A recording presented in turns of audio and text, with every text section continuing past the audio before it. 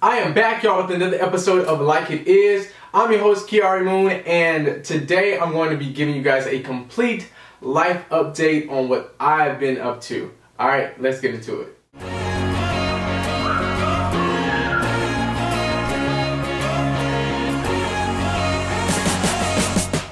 Juneteenth, I actually got invited to this event by a good friend named Kia. Not my best friend Kia, but a good friend named Kia, and she invited me to this event to be a part of history. Obviously, it's a celebration of, the freedom of slaves. I think the original day was, the final day was June 19th, I believe. I could be wrong, but I was absolutely excited and honored to be on that stage at the event. So like I said, I'm going to be diving straight into, what happened and how it happened. So pretty much I got the invitation. I rehearsed, my material for it. They told me that it was going to be 10 to 15 minute show, which I was super excited to give them. And I rehearsed my show, did all of that, got on stage.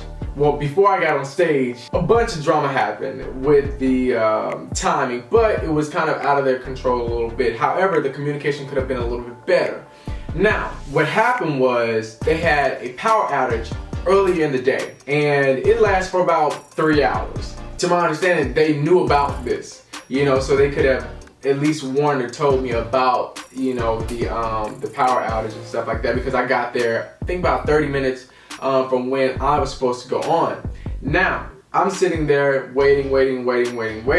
I had people waiting on me as well. Tensions were high. Let's just say that. We were very, I was very frustrated for the people that were waiting on me to perform, because every time that I perform, I give it my all. No matter who's there, no matter how many people are there, I don't care. I give it my all. And I like to channel any negative energy, any thing that might have, affected the performance in a negative way. I like to take that energy and kind of redirect it on stage to make sure my audience have the best show. With that being said, all in all, I went out there, I did my thing. People were absolutely, grateful and humbled by it, and I was actually grateful and humbled by it. So, shout out to Kia, shout out to the whole production team that ran the event. I definitely appreciated it. Even if it was off track a little bit, 3 hours, still had an amazing show, like I said. And shout out to my supporters. Shout out to you guys who stood there for hours. Shout out to my camera guy who stood there for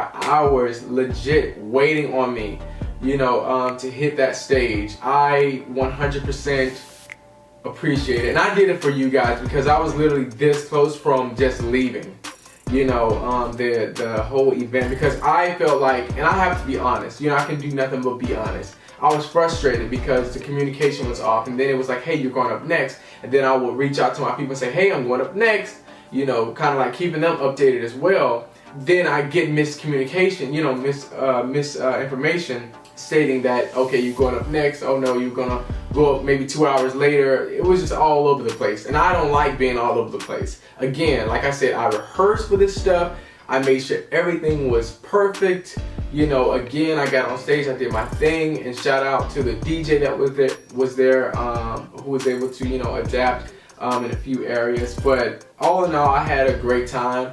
I really did it for you guys. So if you're watching this video, just know that your boy stick around for over 4 hours waiting to perform, like, of my time.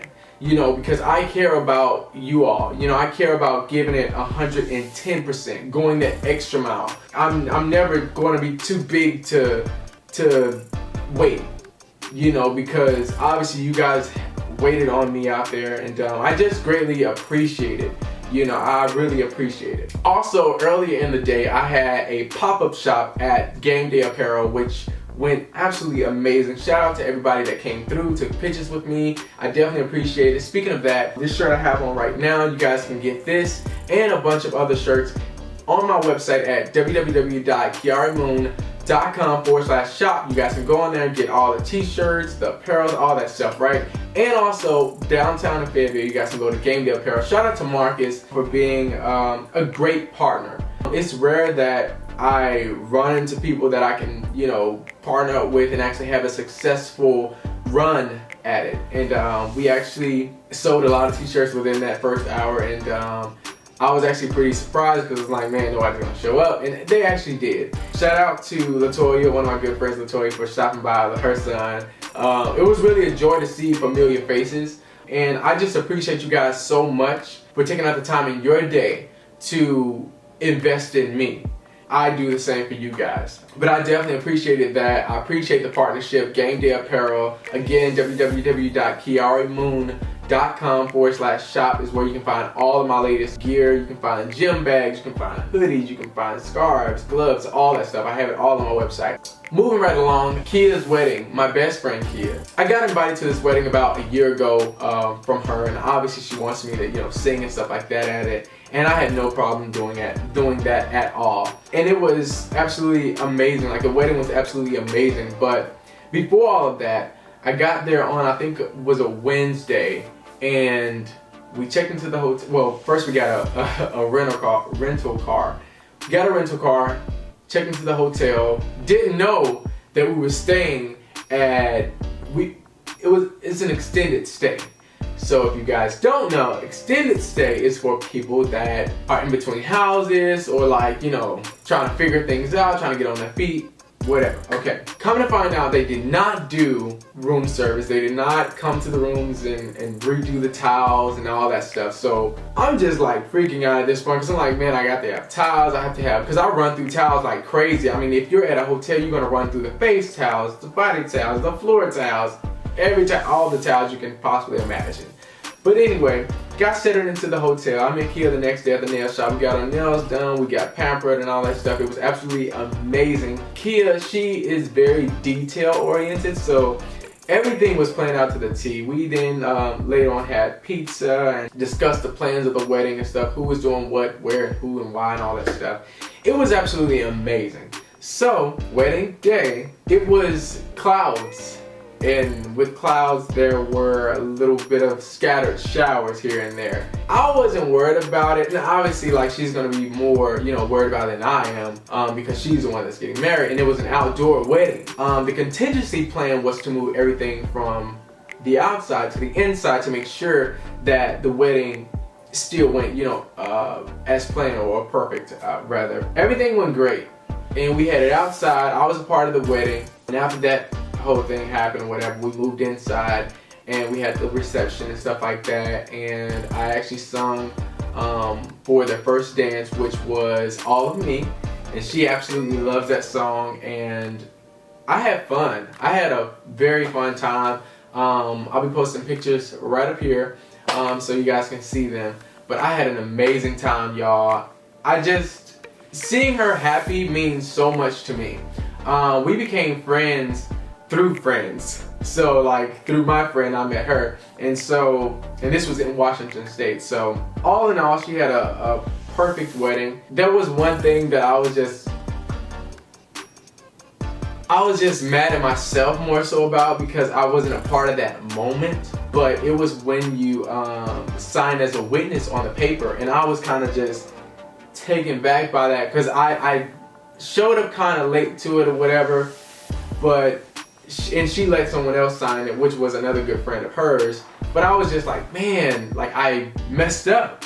I completely messed up. But I was grateful anyway, just to be there, just to be there. And the reason why I was so, upset at myself is because Kia signed my witness papers. And that right there was very special. And that's like I said, I wouldn't miss that for the world, because she took the time out of her day, and the energy to be there for me when I needed her the absolute most. And I just applaud her so much for being an outstanding friend, for being a loyal friend. And yeah, I'm pretty sure we're gonna have more, more exciting moments on the way. So after the reception, after I have sung my song, and we got out of there because we had to leave the next morning and go to Atlanta. Now, ATL, here we come. So we're in Atlanta, and we touched down. Well, I touched down at Atlanta, and I mean, it was absolutely amazing. Shout out to Frederick McDuffie, Freddie Showbiz, Shout out to him for making this thing happen for me. I definitely appreciate it. Again, I just love having people that are there for me when I need them the most. All in all, I mean, as soon as I touched down, I got picked up from the airport. I mean, VIP status. You know, this was some legit stuff. Got picked up from the airport. You know, they paid for the flight, paid for the hotel rooms, all that, the 2-3 night stay. It was absolutely amazing. I couldn't have asked for nothing else. I didn't have anything to wear for the performance. So, we're in Atlanta. So, I mean, there's outlets and malls and stuff everywhere. So you would think that you were gonna have enough time to, you know, find you an outfit and do what you need to do to, you know, be prepared and be ready. But no. So the first hiccup was the sound check. So we were supposed to do the sound check at 2 o'clock. It didn't happen until I think 6:30 or 7, like 30 or 40 minutes before the show actually started.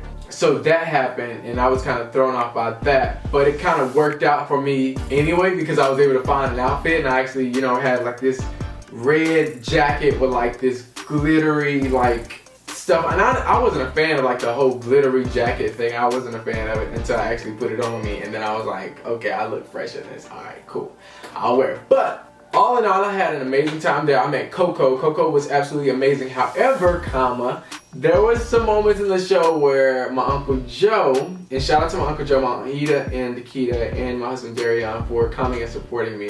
Definitely appreciate that. But Uncle Joe was supposed to announce me in the show, and it was kind of like last minute, but everybody knew it. He went to do that, and as he's, you know, kind of building up the courage and the strength to, you know, get whatever he was gonna say out, Coco cuts him off, and I was just like, oh no, this cannot be happening right now. This cannot be happening right now. My Uncle Joe was left standing there, and I just felt so bad. I just went on stage and just did my thing anyway because I felt like, man, this is a moment, this is a great moment for him to be a part of. You know, he traveled all this way from Tennessee to see me, him, my Aunt Eden, my cousin Nikita. Nikita stays actually in Atlanta. But this was a moment that I wanted to create for him, but there will be bigger stages that I will be on to make up for that moment. But all in all, the performance went on, and it was absolutely amazing. I did about a 5 to 10 minute segment, and then I also performed with Anjali.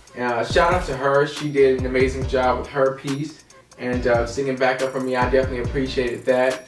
We had a fun after party, man. It was absolutely amazing. We went to some joint, I forget the name of it, but like they had like karaoke, and they had pizza, and they had nachos, they had fries, they had all this stuff.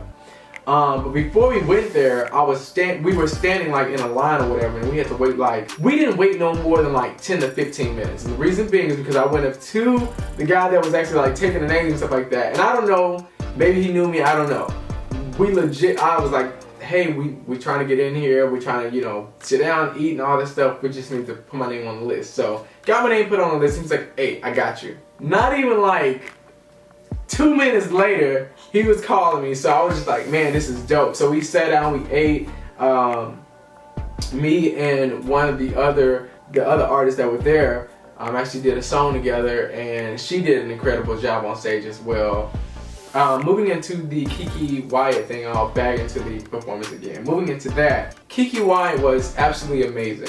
There's a certain level of professionalism that you expect from, you know, someone.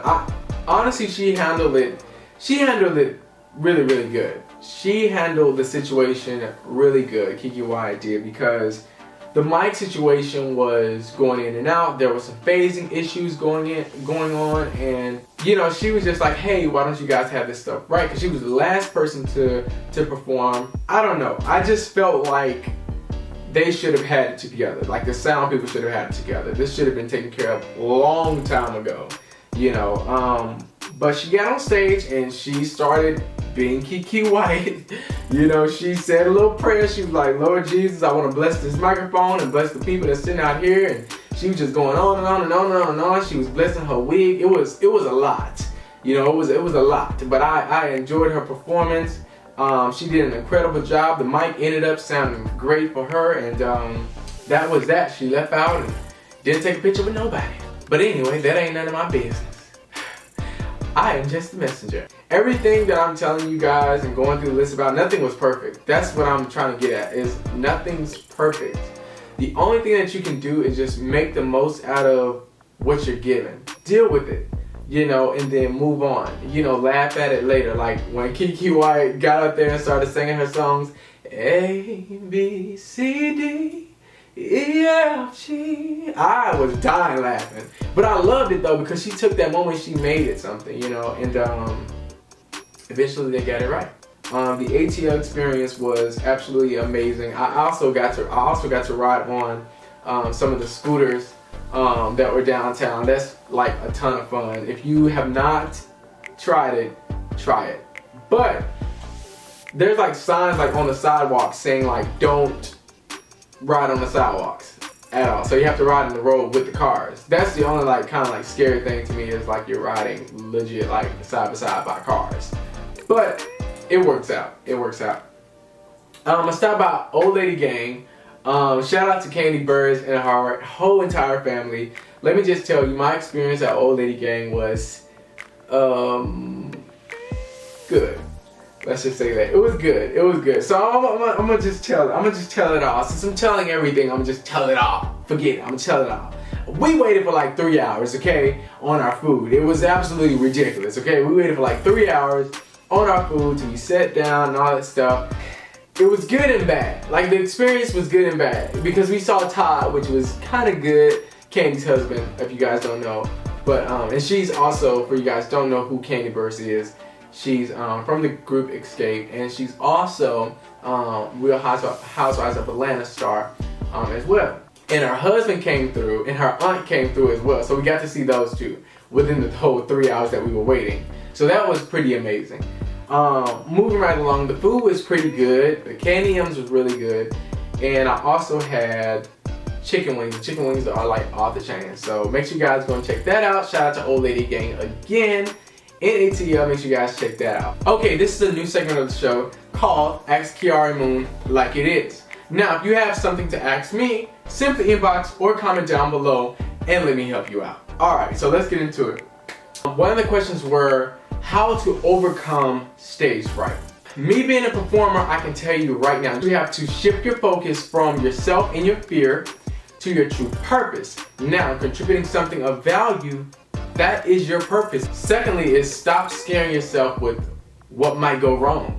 You know, start thinking about the things that are going to go right. You know, they're going to start smiling, they're going to start applauding. You're going to walk out there and not trip. You're going to, you know, sing the right notes. You know the lyrics. You have to think about things that are positive. You know, and just kind of, again, refocus your energy and not think so much on the negative side. Refocusing your energy will lead you to a better performance. Train yourself to refuse to think thoughts that contribute towards doubting yourself. Last but not least, my favorite one is to practice ways to relax and calm yourself right before you get on stage. You want to be as calm as you can. Most people, they want to be, you know, hyped or whatever, but I like to stretch. You know, that's one of my methods of calming myself down. I like to roll my shoulders back. I like to, you know, do some neck stretches and stuff like that. I like to actually warm up my vocals while I'm waiting in the wing to go out. So if you're having, you know, stage fright, just take it from me. So you have to just constantly remind yourself and just stay positive, breathe, it's gonna be all right. Yeah, and that's pretty much it. Thank you guys so much for tuning in. I'm your host again, Kiari Mhoon, and that was Like It Is. Hey guys, if you like this video, please like, subscribe, and hit the bell notification down below to get more videos on Like It Is.